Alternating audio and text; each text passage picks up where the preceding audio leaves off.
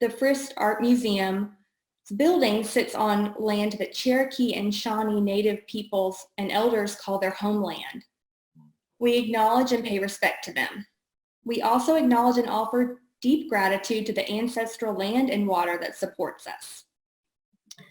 Mel Ziegler was originally scheduled to present an artist talk tonight at the Frist in conjunction with his exhibition Flag Exchange, which opened on Friday, March 13th. We're grateful to Mel for joining us for a virtual conversation this afternoon with the Frist Chief Curator, Mark Scala. Flag Exchange was organized by the Frist Art Museum in cooperation with Periodically. The Frist Art Museum would like to acknowledge silver supporter of the exhibition, the Sandra Shatton Foundation, the Metro Nashville Arts Commission, the Tennessee Arts Commission, and the National Endowment for the Arts for their continued operating support. Time permitting, we'll take questions from the audience at the end of today's program. Please submit your questions via the Q&A feature anytime throughout the conversation. And thank you all for your patience with us as we present this program online. In the event of a technical difficulty, we'll pause the conversation and we'll work quickly to resolve the issue. If you're having technical difficulties with your personal device, please use the chat feature to send a message to Frist IT. Now, without further delay, please join me in welcoming Mark Scala and Mel Ziegler. Thanks, Megan. Thanks to everybody for joining us on this beautiful day. I will try very hard not to make this a virtual conversation, but in fact a real conversation. I think it should be a lot of fun. This is our first foray into this kind of online programming, and we're looking forward to continuing to do this sort of thing into the future, even after the immediate coronavirus crisis has subsided. I've known Mel for a very long time, for at least 20 years, I would say, and have respected his work for that period of time, and saw a wonderful opportunity to present this exhibition when I learned about it from Ian Barry, who presented it at the Tang Museum back in 2016. And I knew something about the Flag Exchange, but I didn't really know the depth of it. I knew the flags. I knew what they looked like in the presentation, but I didn't really see and understand exactly how much the process of gathering and collecting the flags really helps you understand the kind of complete kind of artistic endeavor that Mel is really known for. For him, it's not necessarily about a product in the end. It's about how you get to that product. And so I found this to be incredibly moving. It was presented during election year in 2016. We're presenting it again in an election year. And I think that you'll find, as I have, that there's something truly profound in the exhibition itself. A little background on Mel Ziegler. I think a lot of you probably know Mel because he's been a fixture in the Nashville art community for several decades. He's actually from Campbelltown, Pennsylvania, a small farming community in eastern Pennsylvania. He went to school at the Kansas City Art Institute for his BFA, and he earned his MFA at the California Institute of the Arts. He's had exhibitions around the country and abroad, a number of them, and has been a Loeb Fellow at the Harvard School of Design and a Visual Arts Fellow with Creative Capital. Mel's also received grants from the Joan Mitchell Foundation and the National Endowment for the Arts. His work is in a number of museum collections, including LACMA, the Museum of Fine Arts Houston, San Diego Museum of Art, the Whitney Museum of American Art, and many others. Currently, Mel is the Paul E. Schwab Chair of Fine Art at Vanderbilt University. He has a farm in rural Tennessee and a ranch in Nebraska, in addition to living in Nashville. And at his in Nebraska, he is the executive director of the Sand Hills Institute, and we'll be learning more about that. Now, Mel wanted to make sure that this wasn't necessarily a celebration of his life and his work in the time of crisis, but I thought it would help you to know, to have some sense of the depth and the seriousness of his endeavors. So let's go to, if I can, let's go to another slide, and I can't already. Okay, so already we're having technical problems. Sorry. Well, Mark, while you're working on that, Got it. Okay. well, I just want to say, well, first of all, thanks to Megan, but also say thank you to the viewers for joining us. And I also feel it's important to say thank you to you, to Susan Edwards, for inviting me to show this project at the Frist. It means a lot to me. And then also just a special thank you to your crew, who are extremely professional, and they were just great to work with. And I really appreciate all their everything that they did for me. But again, thank you for giving me this opportunity to actually have this exhibition here in Nashville, which means a lot to me. So. Well, thanks, Mel. It means a lot to us as well. Our crew is great. They make working at the Frist a real pleasure. But let's begin by a discussion of the project itself and how it kind of relates to your overall practice. Okay. Well, this slide of this particular piece was pretty much the beginning of the flag exchange project. My wife always tells me that chance, from the Louis Pasteur quote, chance favors a prepared mind. And I pretty much live my, I create my art around that idea. Like, I'm constantly looking for things. I'm sort of like an explorer of the contemporary world, and always trying to dig up things that don't normally get attention, or might just be seen as something that should be thrown away or thrown out. And for me, that's fodder for a work of art. And so one of the things I like to do is I travel a lot, and I travel around the US. And I usually, when I do, I like to take the back roads. I like to visit diners. I like to visit bars. I like to meet people. And it's part of the way that I think. I call these my inquisitive travels, and it's a way in which it informs my work. It's really important to me. And so, in a sense, it was this attitude and the kinds of things that I was already doing that also came together with this particular flag here. I will say, just to kind of give a little bit more context, there are people that were very influential in my work. And I have to say, in Kate's work as well. I mean, my late partner, J.B. Jackson, who's a geologist, a socialist, a historian, and I consider him to be a philosopher of the everyday, was a huge influence on our work.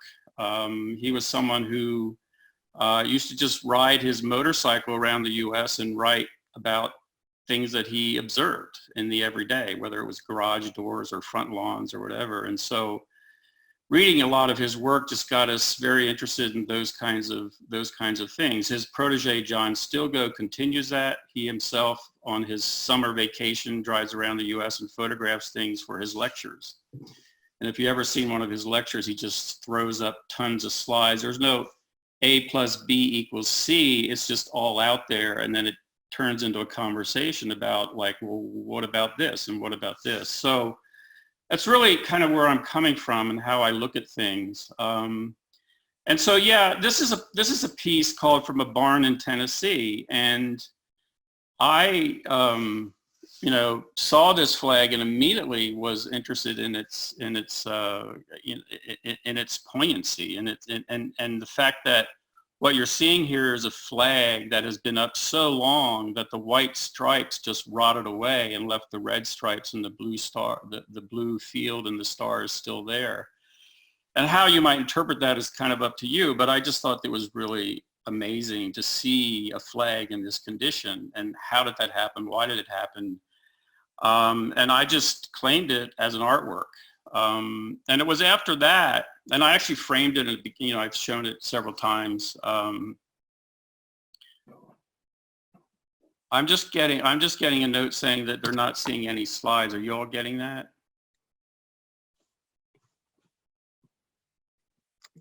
I have not seen that note.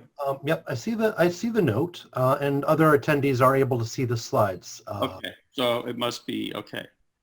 All right, great. Well, anyway, so I started just kind of, noticing ragged flags as I was driving around, and And it primarily came from just kind of thinking about this particular flag itself and the poignancy and the meaning behind it.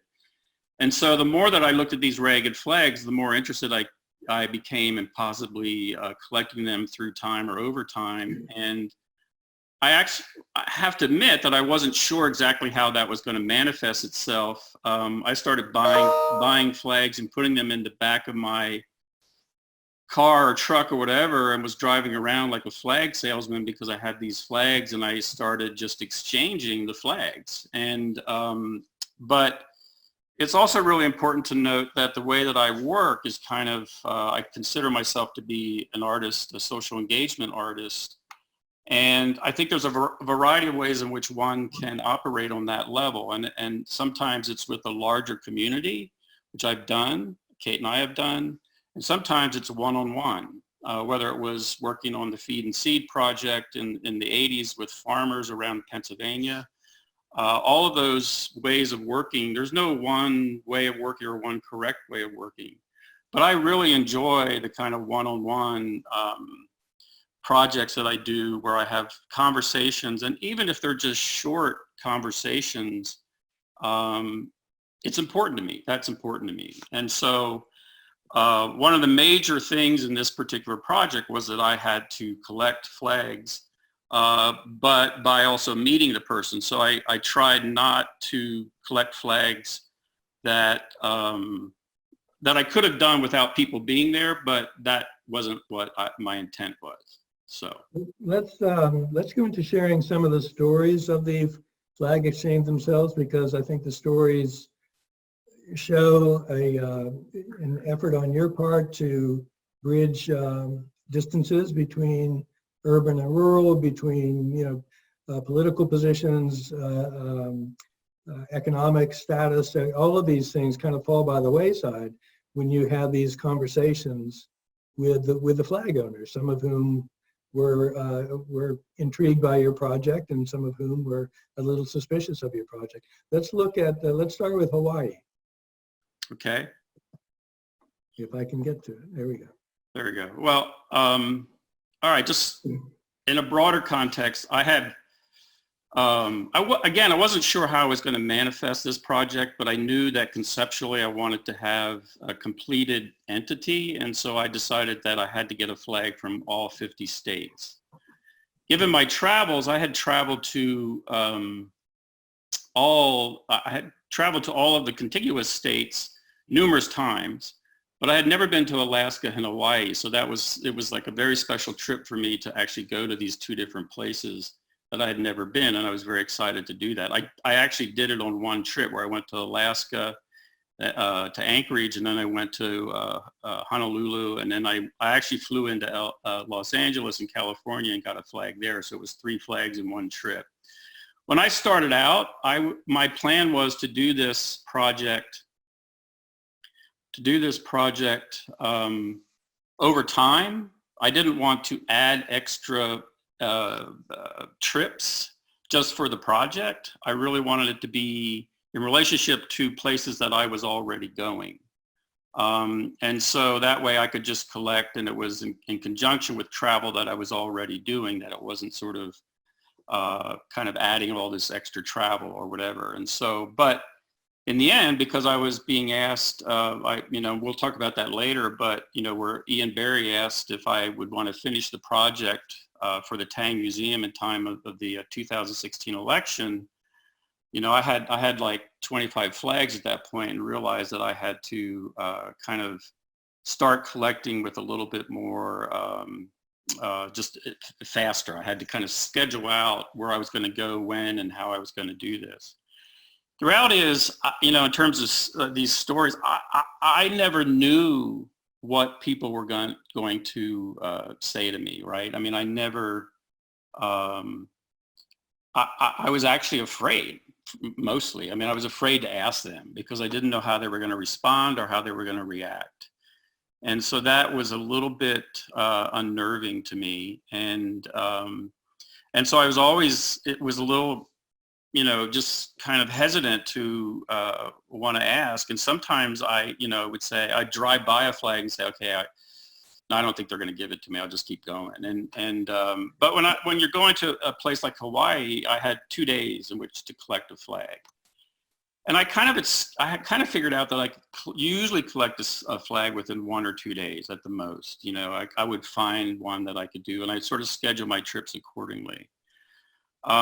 So in Hawaii, I came across, I kind of drove around and looked at a bunch of different flags and finally kind of decided that this was the best possible one. And asked me why or how, I didn't know. I would look at the amount of, the amount of kind of raggedness. I would look at the context, and then I would make a decision, and I'd say, okay, I'm going to go try to get this one. Maybe it was even size. I didn't want them all to be one size.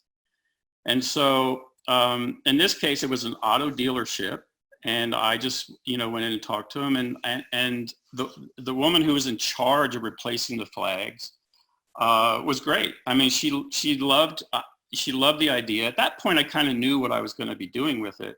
When I first started out, I had no idea. I mean, I would tell people, well, I'm an artist and I'm working on an art project, but I'm not sure how I'm going to display it. But, that was sure to generate some trust, wasn't it? Well, yeah, well, that was the problem, right? I mean, so I couldn't really tell them. And in fact, we'll talk a little bit about Washington State, because that happened a little bit with Washington too. But in this case, she was very, very helpful. And I didn't often do this, but because I had an airline ticket, I'd finished this in 1 day. I had an extra day. And I will say that I went to the beach and enjoyed it and didn't feel guilty. So. Well, so you're like a traveling salesman. Did you have a bunch of different size flags in your car? I did. Yeah. And I would freak out if I was down to one, because I figured that so a lot of times, even when I was traveling, I would find places that sold flags, and then I'd restock my sizes. And I also had different kinds, like there's cotton, there's polyester, and there's nylon. And I always tried to replace it with the exact same flag that I got. So if it was a cotton flag, they got a cotton flag. If it was a polyester flag, they got a polyester flag. So not only was I traveling with like several sizes, but it was also several different types and different sizes. So at any one time, I might have, $700-800 worth of flags. And when I traveled to places like Hawaii, they were all in a suitcase. I would just stuff a suitcase full and fly with them that way. 10 flags and a swimming suit. Right. Yeah. Well, here's I love this picture. When I all of us see so many flags all the time that I think we start to take them for granted, and I think that's probably part of what your perspective is, to find interesting things where things are normal or seem to be part of the quotidian existence. I love a photo. This is the same car dealership in Hawaii. And seeing the flag flying above it, reminds me of the thousands of times I've driven past car dealerships or, any kind of business, and thought, they're flying the American flag, they're tying the flag and expression of patriotism into capitalism, into this idea of, we want you to come and sell and buy things from us because we're good Americans. But when you see it flying like this, especially after you see the torn flag that it replaced, there's actually something really great about it. There's really something warm about it. Well, and I guess there are certain businesses that it was very hard to find ragged flags, and car dealerships was one of them, because they normally would not let that happen. But sometimes, people forget, or they just don't think about it. It also, just, you don't think about this, but even in looking, there are certain times that I couldn't find flags, and that was, the summer is kind of hard because it's not, the winter is the best time because there's a lot more wind. The high plains, it was pretty easy to find flags because there's lots of wind. Near the ocean, it was easy because there's lots of wind. So really, it's sort of interesting because flags deteriorate fairly fast. And so I knew these things, and I would go places that I knew maybe I could find more of these types of flags, that it was, that part of, let's say I flew into a place and I said, well, I'm going to rent a car, and these are I'm going to go down the coast highway and look for it because I know that that's where all the wind is, and that might be my best bet. So I really did kind of have a strategy here and there in terms of looking. So. Well, it's interesting to hear and to learn that flags deteriorate quickly. You would think, for the most part, they're meant to be outside. But I think you mentioned the other day that oftentimes they won't last for more than a year. And so you look at some of the flags that you collected, and it looks like they're 100 years old, but they're probably not. They're probably Right. a lot newer than that. Well, let's go from. In terms of this slide, I mean, I really did photograph it in relationship to the three trucks and the color of the paint, but Yeah, that one's silver. It's not white, but I figured it was close enough. So. you could have photoshopped it, but it's probably, yeah, it does the trick, certainly. Oops. And this, I think, is another interesting story. When we talk about the flag owners and their expressions of patriotism and kind of their identification with Americanness, you know, that can run the full spectrum of who is American and who wants to have that identification kind of put forth. I think this is a really compelling story, this auto service place up in Massachusetts. Yeah, I mean, it was interesting because it's not the first time it happened, but in this case, it was you know, an auto service place that was owned by, you know, he I don't know whether he was first generation or second generation or third generation, but he definitely was a recent immigrant and probably from the Mideast somewhere. And I just thought it was interesting that his place was just covered with flags, and some of them were missing and then some of them were ragged. But I just, you know, I got there and I just was interested in this one flag, and then I said, well, how about I just give you the rest of them and we'll just put up flags and the whole thing. And he was very appreciative.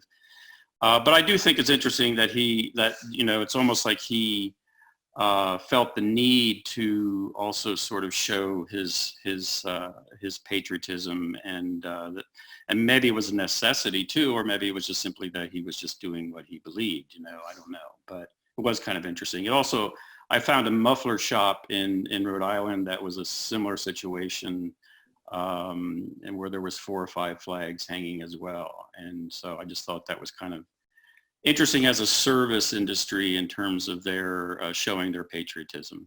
Yeah, and I think the astute observer will notice that the name of the business has been blacked out, and there's a reason for that. Yeah, I was very, and we've talked about this, it was very hard for me at the beginning to even to have stories and talk about you know, everybody. I mean, I had the stories, but it took a while for me to be willing to even show the images because I was afraid that, you know, the names would show, and I didn't want the names to show. I always promised people that it wasn't about them, and I wasn't going to make fun of them. I wasn't going to put them in a weird position. And so you know, so I never used names. I'm very, very careful not to even, I mean, I say the state, sometimes I might say the city if it's a big city like Detroit or something, but other than that, I try to keep it as anonymous as possible for the people that participated so that it doesn't feel like I'm pointing the finger at any particular person. So. Yeah, I think that's a really great part of the project, that idea that they're expressions of something larger than themselves in a way. It's not about them. But this story is interesting because you actually came away from this with 2 flags in New York. The one in front of the McDonald's, but the other one I think is a really a very personal. You know, it's one thing I think to go up to a business and ask the office manager if you can swap the flag out, but it must have been very different for you to go up to a family, to a private residence. Yeah, well, I did both. I mean, I didn't have any particular type of business or person, or I was pretty open. If I saw a ragged flag, no matter where it was, I was interested. And in this case, I had flown into Albany, New York, rented a car, and decided that I was going to get Vermont, New Hampshire, Maine, and New York all in one trip. And so I mean, and again, I mean, I enjoy the driving. I enjoy sort of seeing a part of America that maybe I didn't see before. And so this was something that was not a burden to me. It was actually something I really enjoyed. So it was a successful trip. I was able to get all four states. In this particular case, I drove by it. I saw it. It was way too ragged for me to use, but I became extremely interested in exchanging it. And I drove by once, I turned around, drove back and said, I got to have that flag, right? So I just knocked on the door, talked to the person who was there, this woman who was there, and I said, here, I'm working on this art project. I'd like to trade out your old flag for a new one. And she said, sure, no problem, just go ahead. Well, it was so ragged and so torn up that it had actually sort of tied itself in a knot around the pole. And even though it wasn't that high, I wasn't traveling with a ladder and I couldn't take care of it. So her son, who lived just down the road, came over and put up a ladder and helped me take it down. And then we put the new one up. And there's some other pictures too, which you don't have here, and because I probably didn't even show them to you. But there's one where his son's standing there as they're putting the new one up, and it's just really wonderful picture. But as I was about to, exchange the flag, which I had already explained to the woman who said yes, her son said, "Mom, are you sure you want to do that?" And I kind of just I was sort of taken back. And she looked at me and says, no, I definitely want to do it. And then she explained to me that it was the last flag that her husband had put up, and he had passed away about a year ago. And she said, no, it's really time for me to move on. I need to trade out this flag. And she gave me the flag. And so the problem was that I didn't want to use really bad flags in flag exchange, because I thought if I did, then it would become more of a negative connotation than anything else. And so I was very conscious of the fact that I didn't want to do that if I just thought it was just too bad to use. There's only one in there, and we'll explain that. I think it's even in the slide lecture. There's only one in there that kind of has an issue about that. But in any case, I did get the flag, and I decided to honor it in the same way that I did from the barn in Tennessee. I framed it, and I started framing a series of really, really bad flags that I had. There was another one from a sewer plant, which is kind of an interesting story too, but I don't know if we have time to tell it, in West Virginia. But in this case, I framed it, and what I do is I just name it exactly what it is. And so this is from a yard in New York City, or New York State, so it's from a yard in New York State. And I'm still doing them. I plan to do another series that just is kind of these very, very ragged flags that are completely separate of they're kind of their own works of art, more or less. Oh, and then, so one of the things that I have been doing this whole project, and every time I would travel, so McDonald's flies flags at all of their locations, right? And they're usually a 5x8. They're kind of sizable. And I had been looking for years for a ragged McDonald's flag, and never came across any. Looking and looking and looking, and finally in Albany, New York, I found one, and that became the flag that I used in flag exchange. So this was my McDonald's trophy, put it that way. We all have our various McDonald's trophies. That's a good one. Yeah. Well, I talk about trophies. I have the first. So I don't know. It was about a year ago. I walked into a McDonald's and asked for a cup of coffee, and the woman looked at me and says, "Well, that'll be a senior coffee, right?" And I just looked at her and I said, "Yeah, okay, it'll be a senior coffee." And so I still have that cup, and I put the date on it when I received my first McDonald's senior coffee. So yeah, congratulations. in my trophy case.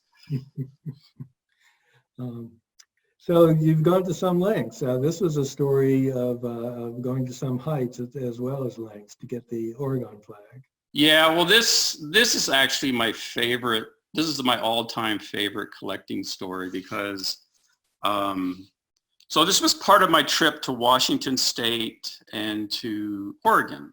And it was really primarily just those two states that I was going to get in this trip. But for some reason, I had a really hard time in Washington, and I was kind of depressed and thinking, okay, am I going to get this? I don't know.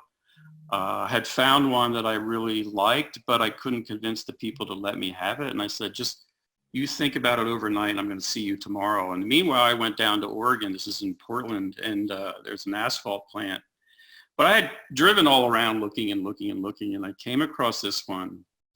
And I must have, it probably took me an hour just to get up to get up enough courage, because I kept telling myself, they're not going to let me do this. They're not going to let me do this. And I finally decided to go ask.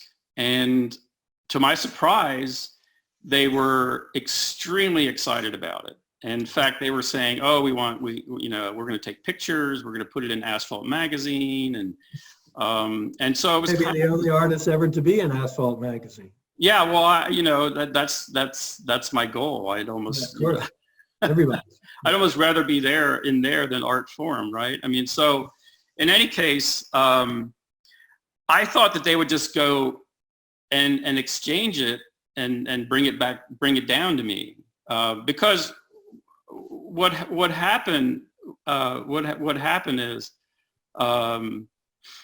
I had just come from a hotel chain that had a lovely ragged flag, and the manager said I couldn't change it. It was just a regular flagpole with a rope. I mean, there wasn't even anything special about it. And he said, no, I can't let you change it because of the liability issues.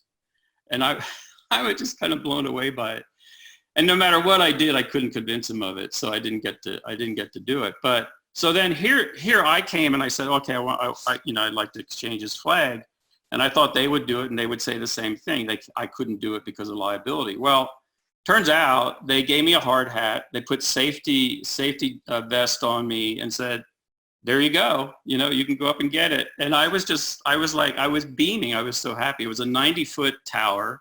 Those are all stairs that you have to walk up. I can't say I was in the best of shape, but I did make it up there.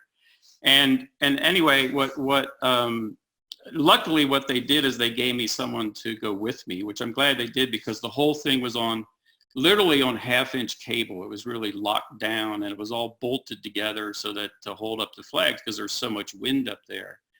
And anyway, so I came down. I was, I had my hard hat on and my jacket and photographing the whole event and everything. And I was so excited about it. I was in my rental car, and I somehow, putting the flag in the back, I leaned over and dropped my keys in such a way that when I closed the door, it locked my whole car. And then so I was stuck there for about 2 hours waiting for someone to open up my trunk. But anyway, I mean, it was a really fun sort of exchange, because they were excited about it, and it helped me, and having had a bad day the day before just made it all worthwhile. Yeah. Well, you mentioned in something that you wrote, you compared yourself in some ways to Johnny Appleseed. And I know you were joking, but I think Johnny Appleseed probably never had a problem with a rental car like that. That's probably true. Maybe a horse. Yeah, exactly. So this is what they look like when they're in the galleries. We'll show some more installation shots in a moment. But this was we didn't have a photograph of the exchange in Washington, but I know that this was one that was particularly telling to you in a way. Well, only because it was extremely difficult to convince these people that I should have the flag, and I wasn't willing to give up, because I had looked all day and hadn't found one. This is like the only one I found. And so given my limitation of time, I was like, okay, it's either this or none, it's like, and I'd have to fly back up there. And so the first day, they weren't ready to give it to me, and of all the people, they asked me more questions than anybody else. Like, well, what exactly are you doing with this, and how's this going to work?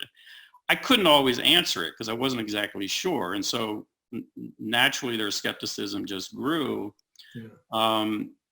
And I just said, okay, I'll tell you what, I'm going to go to Oregon, but I might come back if I don't find any others, and I'll come back and I'd like to talk to you some more. And I did, and I did find some photographs. I didn't get them to you, but I never took the pre-photograph because I was so nervous when I was talking to them. I never had a chance to do the ragged flag in situ. I only got the new flag up there. And what's interesting, I have a picture of the owner himself who had a hat with an American flag on it. He has a gimme hat on with American flag on it. And so he was pretty adamant that he didn't want it to be anything that was anti-American. And I said, I can guarantee you that it's not anti-American. I said, it's about conversation, it's about questions. I said, but it's not anti-American. And it was a husband-wife team, and they finally said, okay, we'll do it. And that was that. So. Well, you had a nice quote in your kind of journal where the man asked you, what's wrong with my flag? Isn't it what the U.S. is today? Well, he did sort of say that. He did. That's true. Yeah.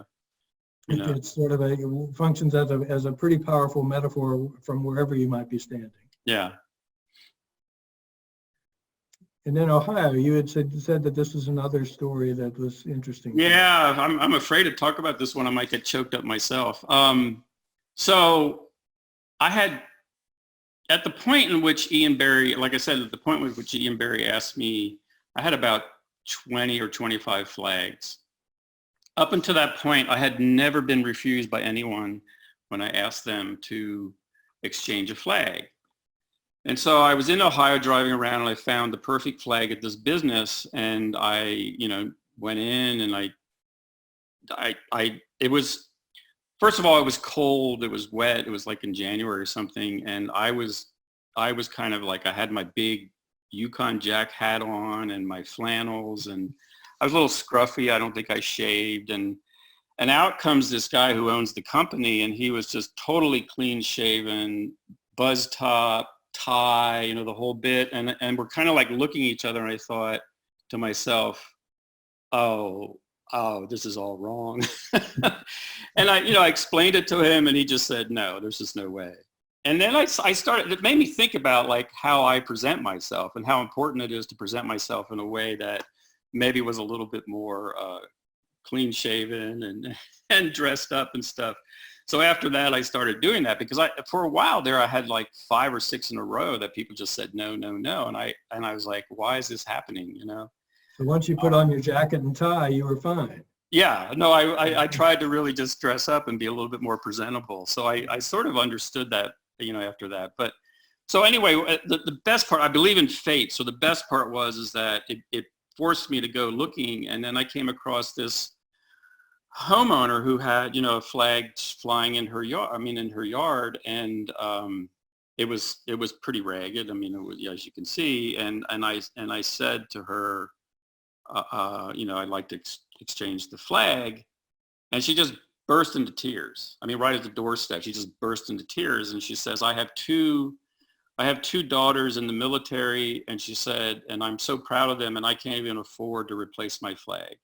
And she says, I'm so ashamed. I said, well, don't worry. Don't be ashamed. I mean, it's just, it's okay. You have it up there at least, and so I exchanged it. I put it up, took it down, put a new one up. And at that point I decided that, this was a nylon flag, and the polyester flags last a little bit longer than the nylon. And so I decided to give her a polyester flag because I figured if, it would help her if it could last a little bit longer. And so I went back and I knocked on the door. I said, thank you. And I said, by the way, I gave you a better flag because it will last longer. And sure enough, she burst into tears again. And so, but anyway, it was very sweet. I mean, she was so appreciative and thankful for what I had done. And anyway, it was kind of worth not getting that other flag in the end. So yeah, that's an amazing story. So sometimes luck prevails. And this is what it looks like at the installation looks like at the Tang Museum in 2016. You'll notice a lot of chairs with people in it, and then another view of the Tang Museum. Can you talk about the idea of the programming that Ian Barry and you decided would be a great addition to the project? Yeah, so Ian approached me. He had seen it at, I don't know if he saw it in person or just saw images from when I showed it at the Bemis. And I only showed, Hesse McGraw asked me to do an exhibition at the Bemis, and I had about, I think, 10, 11, 12 flags at that point, and I showed all of them in a straight long line across the gallery. I didn't have all 50 states, but I just thought I would show it. And he saw the piece and became very interested, and he wanted to do something special for the election in 2016. And so he came to me and said, I'd really like to show flag exchange as part of a programming project, for the election. It could be a really nice, have a really nice symbiotic relationship with what we're trying to do. And so, which is really interesting because I kind of want to, maybe here's a good place to talk about the fact that it's really important to note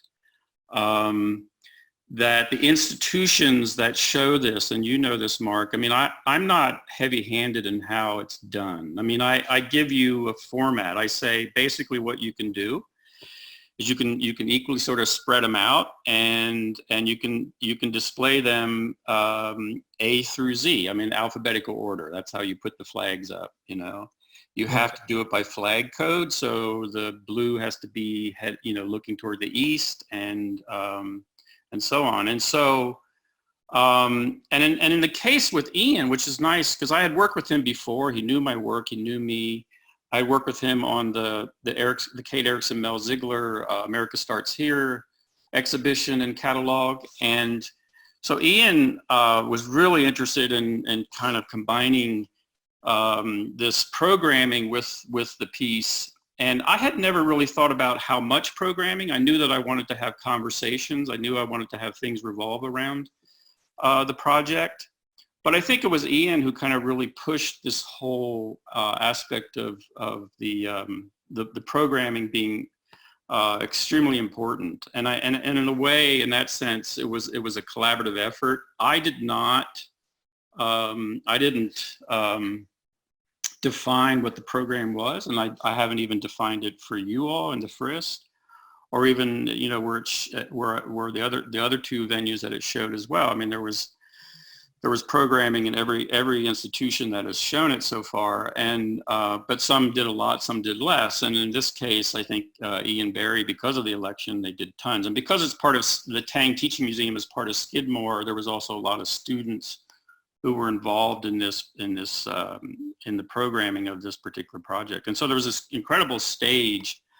I think the image before was of a city council meeting. So they actually had a city council meeting underneath the flags.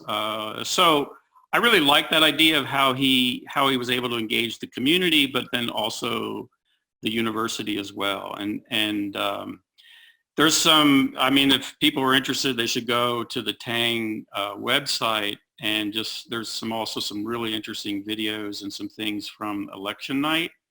I mean, there were tons of people there. They had screens, TVs up on the stage, and people were there, and there was food and a reception, and it's just kind of interesting to see. I mean, there was full engagement with this particular format. I mean, of course, the way that it's installed here, the Tang has these high ceilings, so it's just above you. Kind of the whole thing was above you, but I was really grateful for Ian being so.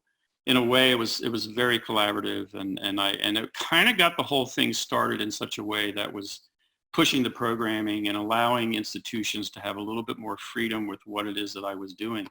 He also incorporated these picnic tables that were a group of students of mine did a work in my class where they were picnic tables, red, white, and blue picnic tables that And then it was Dear America, and then people could sign on them. And he still has them. They're still at the Tang. They're still sitting around as picnic tables in the yards of the Tang Museum. So, and I think they're watching. So I just call out to them, because they, pushing me to get it done, but then also just sort of developing the program was really important for the overall project. Okay, well, I think we're kind of winding down in terms of the amount of time that we have. I will say that the Frist as well is going to do a series of programs that we've called Dialogue 2020, and kind of in the spirit of what has happened at some of the other venues where there's been an effort at nonpartisanship, at kind of open discourse in a safe environment.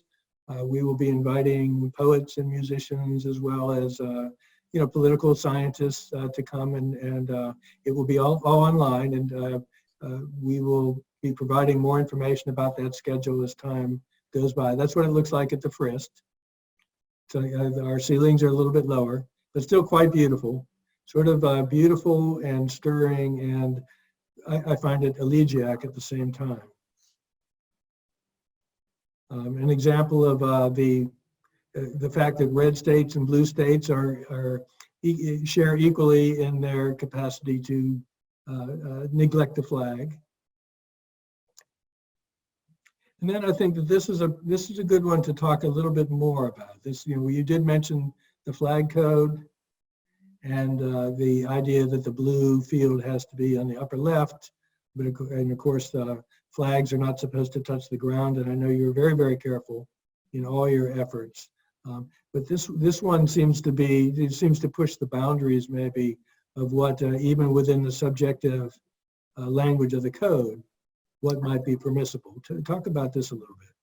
Well, this one was flying in Omaha, Nebraska, and it was part of a museum that had kind of closed up. It was an African-American museum that was closed down because of funding issues and building issues. And so it had evidently been flying for a long time, clearly. And I just fell in love with it. And I probably could have framed this one individually, but I just liked it so much it became part of the project. And I think at that point I wasn't sure, how far I was going to push this. So it did become part of the flag exchange. I was there, and I didn't know who owned it or who I could contact. So this is one of the few that I went out and just exchanged it without permission.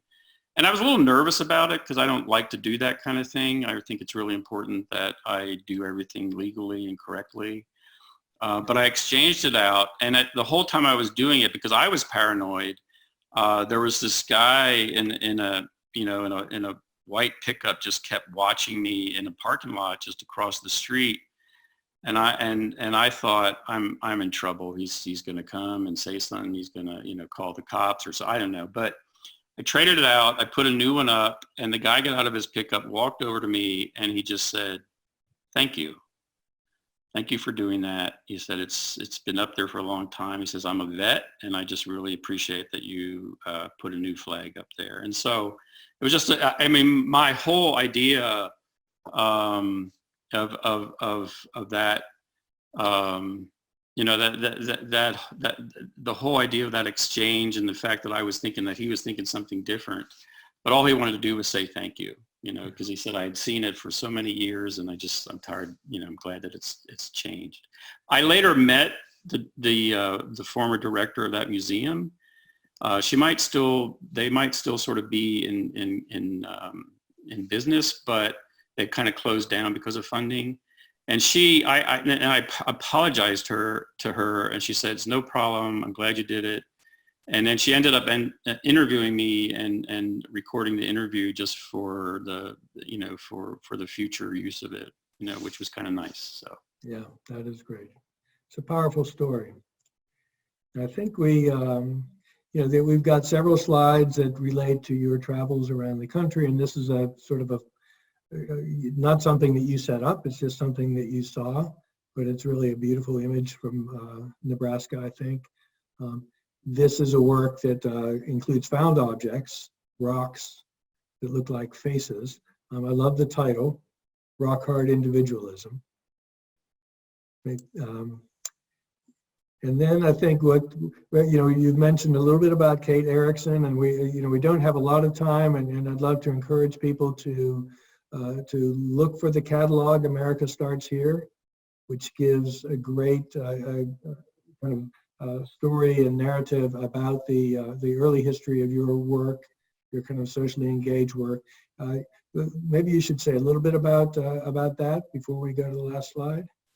Yeah, I mean, so Kate and I worked together for, a number of years, and yeah, I would encourage people to look for America Starts Here, and there's lots that's been written about this type of work. This is a piece called Loaded Text, and it's pretty long-winded, and given that we don't have much time, I'm not going to spend a lot of time on it, but this was, I think this is one of my favorite projects that we ever did, and it is because we were looking for, the way that we worked, we would look for things that were already going to happen. We were just looking for conventional forms. And in this case, this sidewalk was going to be replaced because it was a broken, cracked sidewalk and it needed to be replaced. And so as part of our art budget, we actually put in a new sidewalk. But before we did that, we wrote this 65-page text that came from City Council had put together a revitalization plan for downtown Durham, and they were going to make it public by putting 2 copies in the library. And Kate and I, we would subscribe to the local newspaper and have it sent to us in New York, and we were drinking coffee and reading this and going, oh, we have to get a copy of this, and we did. We read it, and we thought, well, there should be more than 2 copies. Why don't we help make it public? And so we wrote all 65 pages of that text on the sidewalk as a performance. And there's a huge history to it. We became a huge public art controversy. But ultimately, because everything had its place, and in the end, the town got this kind of a sidewalk, 100-foot piece of sidewalk replaced with our art budget. It didn't come from tax dollars. And, the pieces were actually broken up and put onto dump trucks there was an art conference there. During the art conference, that comes to the loaded text. They brought on these dump trucks with all the text. And then the pieces actually were used as a erosion control in the stream in downtown Durham. And that, believe it or not, I mean, there were just recently an exhibition about this piece in Durham. And the person who was doing it went to look for the pieces, and they're still there, and they still have text on them. So it's kind of a piece about memory in a lot of ways. So it was kind of nice. Well, I think that for me that it's really compelling that you really have a 35-year history of working with the idea that art can really change people's lives. It can change communities. It can bring people together in new ways, in conversations. In creating new ways of looking at the world. And I love the fact that you're continuing with that, with the Sandhills Institute. Maybe we could finish up by talking a little bit about this, your ongoing kind of, I think of it as kind of a master project. Well, thank you. You're being very generous with 30-35 because it's more like 40-45. So, I mean, in terms of my age and how long I've been doing this, but so my Sandhills Institute, I'm, the founder and executive director, but it's my heart and soul right now. This is where my energy is going, and I look at it as an extension of my own work. And what I'm doing is I'm working in a rural part of Nebraska called the Sandhills. Some of you may know about it, but it's quite gorgeous, and I have no connection to this place other than the fact that I fell in love with the Sandhills. And through some, luckily through some investments and things, I was able to find a way to purchase a ranch there. And I did it with a purpose. I mean, I knew that I was going to invite artists, and I knew that I was going to have them work with ranchers and work with the community. And so I developed the Sandhills Institute, and it's really, it is meant to be a catalyst for artists from both locally, regionally, but then nationally and internationally to come and produce projects in that area with community. And that's the important part. They don't come and do projects on the ranch. We have never done a project per se on the ranch. I mean, we've done some exercises and some things that we do, but all the projects have to be community oriented. So, I mean, here you have, we have a lot of programming. We have rangeland experts come and talk about the grass. So they'll come and there'll be this intense period of time in which they learn about the sandhills, the ranching, the grass, the community, the history. We have people give tours. We actually have dinners with some of the matriarchs who tell stories. There's a way of sort of learning a little bit about the community, going to local museums, and there's a lot of really great small museums. And then in exchange, we have a community picnic, and we invite all these ranchers in the community, and they have to come and look at the art, you know, so it's a kind of a back and forth. And it's always been one of my favorite parts about this is having every artist present. It's short, it's like 10 minutes because we might have 4 or 5 artists every time, and so they present their work. And then we have a big potluck dinner, and it's a lot of fun. It's enjoyable. In this case, you know, having a social dinner and conversing and talking is really important. And so here we are. And, you know, there's artists, you know, of course, my family has been very involved. This is my son, Phineas. Behind the camera is Atticus. My wife, Lisa, who's really been great in the whole project. So on the left, we have Chloe Bass from New York, Bill Dietz from Berlin. Richard Straight is works with the U.S. Forestry at UNL, and he was out there because he's working with the artist on the right here, which is George Barreto, who's from Brazil, and we're working on either with a rancher or the local high school. We're working on a food forest. And so that's one of the projects that we got going. And then next to him is Elaine Bradford, who's an artist from Houston, Texas, and Miranda Bear from Las Vegas. And then three great interns from Vanderbilt who spent time there, spent the summer there. So I always invite students. I think it's really important. It's an educational opportunity. And I think Lauren Balejos loved it so much that she wanted to come back twice. So this is her second internship there, although she became the program coordinator this year. And so it's kind of, the main thing is that they have to come back at least 3 times. They have to come back at least 3 times before they even develop a project or propose a project. And the reason is because I want them to really get to know the community. They need to spend some time there. And so when they're interested in hooking up with organizations, then we work and hook them up with organizations. And anyway, this is my baby. This is what I'm trying to do.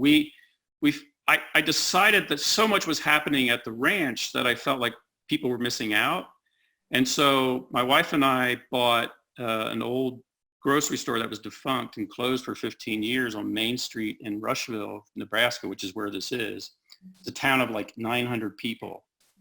And so we bought this grocery store, and we're in the process of renovating it and turning it into an art gallery and cultural center. I'm very excited about it. We're in the process of fundraising. We had a group of architecture students, master students from UNL, come out and develop a plan for the gallery and for 3 residents that also go there. So now I can have both people at the ranch, but also in town and more involved in the community. And so I really believe in this. I really think this is something that more artists should do. I've also approached museums about possibly coming out to Rushville and developing a satellite museum, which I think is really important. I think the NEA did some research on the importance of these cultural institutions in rural America and found that, yes, indeed, they did have a huge economic impact.